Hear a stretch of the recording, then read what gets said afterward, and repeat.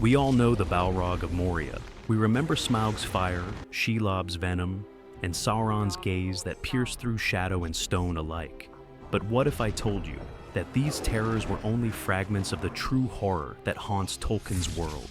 That long before the One Ring was ever forged, before the rise of Mordor, or even the fall of Numenor, Middle-earth was home to creatures so ancient, so utterly monstrous, that their very existence seemed to defy creation itself. Beings born of the void, spirits twisted into nightmares, and predators that fed not just on flesh, but on light, on souls, on the very essence of the world itself. Today we descend into the blackest depths of Tolkien's legendarium to uncover the 7 most terrifying creatures ever to walk Middle-earth. Starting off with the first creature on our list.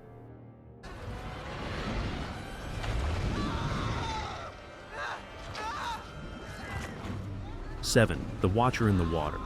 Before the Fellowship ever reached the gates of Moria, something was waiting, something ancient, something that had been there long before dwarves carved their halls into the misty mountains. The Watcher in the Water. Its origins are a mystery even to the wise. Tolkien never explained where it came from, only that it dwelt in the dark lake outside the West Gate, and that it hungered. When it attacked the Fellowship, dragging Frodo beneath the surface, Gandalf seemed almost to recognize its nature, not as a creature of Morgoth or Sauron, but as something far older. Something that had perhaps crawled up from the depths of the world when Arda was still young. Its many eyes and endless tentacles hint at a horror not bound by the natural laws of Middle-earth, a being closer to Lovecraft than legend. And when it sealed the doors of Moria behind them, it wasn't just to trap the Fellowship. It was as if the Watcher wanted the darkness for itself.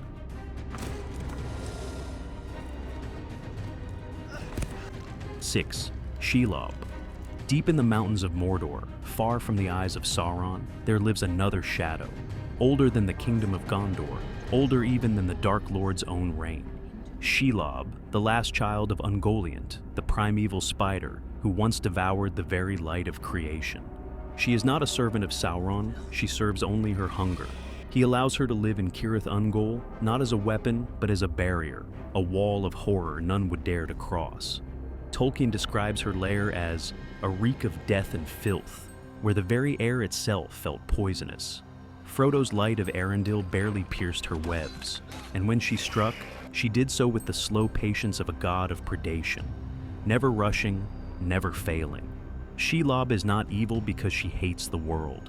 She is evil because she feeds on it, a living remnant of the First Age's darkness, proof that not every shadow of that era truly faded. 5. Glaurung, the father of dragons. Before Smaug's fire lit the skies of Erebor, before Ancalagon shattered the mountains of the world, there was Glaurung, the first and greatest of the fire drakes. Forged by Morgoth in the depths of Angband, Glaurung was not just a creature of flame and fury. He was intelligent, cunning, and cruel beyond comprehension. He delighted in domination, in corruption, and in watching hope turn to despair. In the Children of Hurin, we see his true terror unleashed, not through destruction, but through deceit. He cursed Turin-Turambar, twisted his fate, and manipulated him into unwittingly bringing about the death of his own family. No dragon before or after Glaurung ever wielded such psychological power. His weapon was not just fire, it was words, lies, temptation. He looked into the hearts of men and elves and saw what would destroy them most completely. When Glaurung was finally slain, the world did not rejoice, because his death marked not an end, but a beginning. He was the prototype of every dragon that followed, from the cunning Smaug to the apocalyptic Ancalagon. Where Ancalagon broke the world, Glaurung broke the soul. 4. Carcharoth. The greatest wolf ever bred by Morgoth, the guard of Angband, and the terror of Beleriand. He was the culmination of centuries of malice, a beast forged for one purpose, to devour all that opposed his master. But even Morgoth could not predict what would come next. When Beren and Luthien stole the Silmaril from Morgoth's crown, Carcharoth intercepted them. In his fury, he bit off Beren's hand, swallowing the Silmaril whole. And in that moment, the holy light of Valinor ignited within him. The Silmaril burned his flesh from the inside, twisting his mind into madness. he became a creature of pure agony, a walking apocalypse of pain, rage, and fire. Every step he took scorched the earth. Every howl was a scream from within the flame. In the end, it took the might of Huan the Hound of Valinor to bring him down. But even in death, Carcharoth's story stands as the perfect symbol of Tolkien's monsters. The idea that true evil often devours itself. 3. Gothmog, the Lord of the Balrogs. When the world was young and the First Age bathed in the light of the trees, the Valar created the Maiar, spirits of flame and wisdom, but some were corrupted. And from those fallen spirits came the Balrogs. Their leader was Gothmog, Lord of Balrogs, Morgoth's greatest lieutenant. He was more than a creature of fire and shadow. He was a commander of armies, the flame of war given form. He led the assault on the great fortress of Gondolin, slaughtering heroes and kings alike. It was Gothmog who struck down Feanor, the most brilliant of the Noldor. Wherever Gothmog walked, kingdoms burned, and though he was slain in battle by Ecthelion, the cost was ruin. Gothmog's legacy lives on in every shadowed corner of Moria, in every whisper of flame and shadow.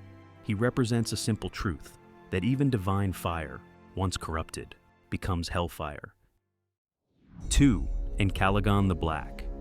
If Glaurung was the mind of dragonkind, Ancalagon was its apocalypse. Bred by Morgoth during the War of Wrath, Ancalagon the Black was the mightiest dragon to ever exist. His wings blotted out the sun, his roar echoed from horizon to horizon, and his fire burned hotter than the pits of Angband.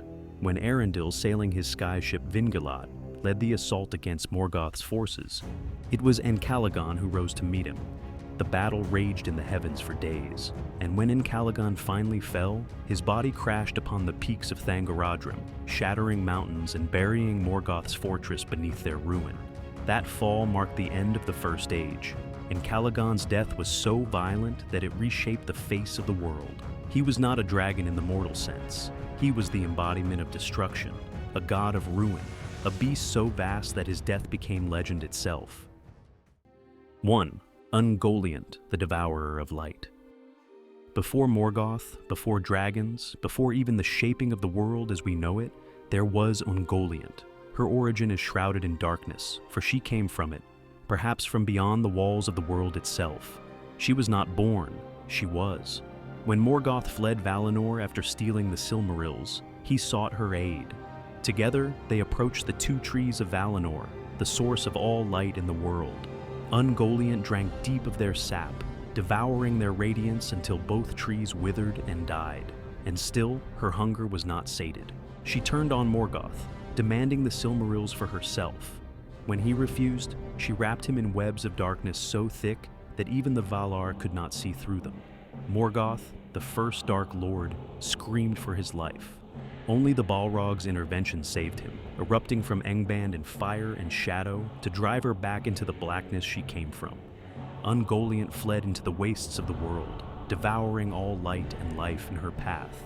Some say she grew so vast and so empty that, in the end, she consumed herself, vanishing into nothingness.